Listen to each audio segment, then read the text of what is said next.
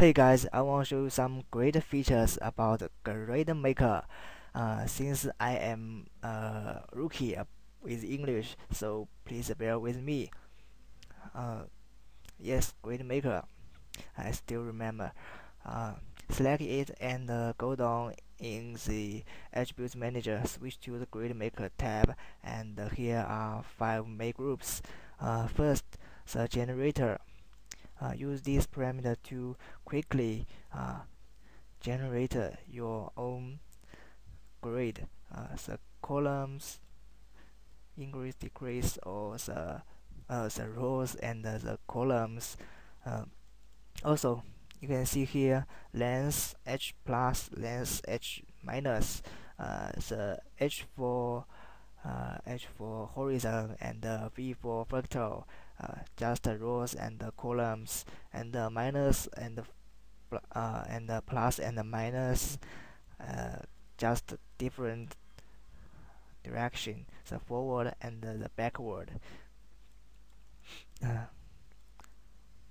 Uh, Next, the attributes was very easy and obviously uh, thickness not too high because it will have interacting. Uh, the whole size, very interesting look, and fluctuation, just the wave size. Uh, the next was global scale. Next, very important, display. Uh, you can use a spline preview mode to preview your scenes, your grid. If your scenes was very large and have millions of polygons, you can turn on this. And the next thing was spline subdivision. Basically, is its segments. You can have a low resolution or a high smooth spline. Next two guys, I want to show you a little later. Also, you can see here has another two group. Uh, First, the grid subdivision. Uncheck this, and by default, it use a auto mode. So no matter what, no matter how you change your length, you can see the subdivision was not changed. It was auto calculated for you. Uh, Also, you can uncheck it and use manual subdivision. You can increase or decrease in some resolution in some situation, uh, but it was not very handy because if you increase it, yeah, it was lose its base shapes, base shapes. Uh, Consider growth is used for animation. To do animation with Grid Maker, you need to unfold this and find this selection object. Double click this icon, switch to this panel, and we use these two parameters to do our uh, growth animation. Say we want to start from 0 and set to 0% and control left click on this circle, set a keyframe and scroll 15 frames and set another keyframe. Now you have a basic animation. uh, the consider growth was used for you can see now at the beginning the edge was very sharpened because the segments was very high. So just click on this, uh, immediately the segments was uniform again. Next, hypernumbers was just exactly as the hypernumbers in Scene 4D. You can increase to smooth geometry. Materials. Just drag your material to this area. It can quickly apply the material to objects. Another feature I want to show you is multi-shader. Uh, Besides the texture, we can add a MoGraph multi-shader. Enter this. By default, here are two shaders, and you can add as much as you like.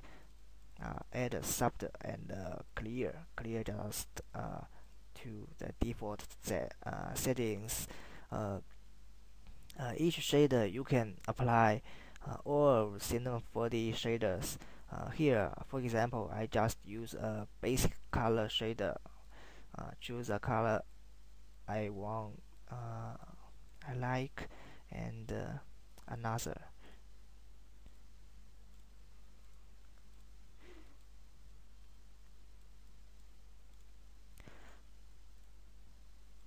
Also, you can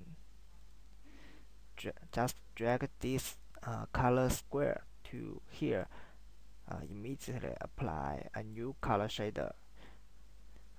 Change the color, and remember this model must be set to index radio. Now, interesting things happen. The color multicolor shader was applied. Last, animation. Uh, these parameters will enhance your animation. First, growth delay. Will add delay effects on your animation, and delay random will randomize your growth. And the last was very interesting. Spring. It will apply a spring features to your animation, and it make it look like noodles or something or other interesting things. Uh, but be careful. These guys will decrease your speed. Say to speed. Uh, this parameter, which I didn't mention, the render instance will strongly speed up your speed, but it will cause some area like multi-shader, and this animation also the deformer was may have area. So if you don't have this, you can if your things don't have uh, this multi-shader deformer or animation, you can check on this render instance, may be helpful. And the last thing hide children was just to show the things originally listed in the objects manager. Uh, hope you find the Grid Maker was a very useful tools, and as I am still learning Cinema 4D, so there must be many mistakes or bugs. Uh, I will try to fix or and add more interesting features.